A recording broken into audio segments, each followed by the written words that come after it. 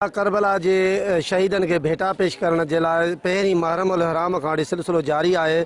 उन सिलसिले में असां दरगाह सैयद उबन अली शाह ते हिन वक़्तु मौजूदु आहियूं, जिते हज़ारनि जी तादाद ते जेके अज़ादार आहिनि उहे सीना ज़ैनी ऐं नवाखानी करे रहिया आहिनि। जीअं त जेको दरगाह उबन अली शाह जे चौंकनि ऐं चौरावनि ते सबील जो एतमाम बि कयो वियो आहे, जॾहिं त ज़िले इंतिज़ामिया तरफ़ां सिक्योरिटी जा इंतिहाई सख़्तु इंतिज़ाम कया विया आहिनि। जॾहिं त जेके दरगाह ते ईंदड़ वींदड़ जेके रस्ता आहिनि उन्हनि ते पुलिस अहलकार मुक़ररु कया विया आहिनि। पुलिस वारनि जा ट्रैफिक पुलिस वारनि जा असां तमामु थोरा हितां आहियूं जो हिन उबन जा मातम में अची हिन पंहिंजो सुठो किरदारु अदा कयो। पुराणी क़दीमी असांजे अबनि ॾाॾनि खां ई रस्म थींदी ईंदी अचे। मौला हुसैन जी यादि में आज़ादारी आहे अॼु 8 मुहर्रम क़दीमी तारीख़ी मातम आहे दरगाह उबन शाह जी। ज़माने खां वठी सरकार जी जेकी आहे ज़ुलझना सिंगारींदा ईंदा आहियूं सरकार जी।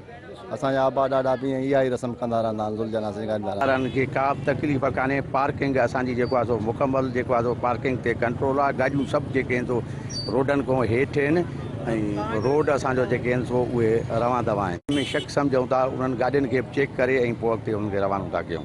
तव्हां आयल अज़ादारनि ऐं सिक्योरिटी जे इंतिज़ाम संभालींदड़नि जूं ॻाल्हियूं ॿुधियूं। कैमरामैन इमरान अली मलाह सां गॾु ख़ालिद मलाह, सिंध टीवी।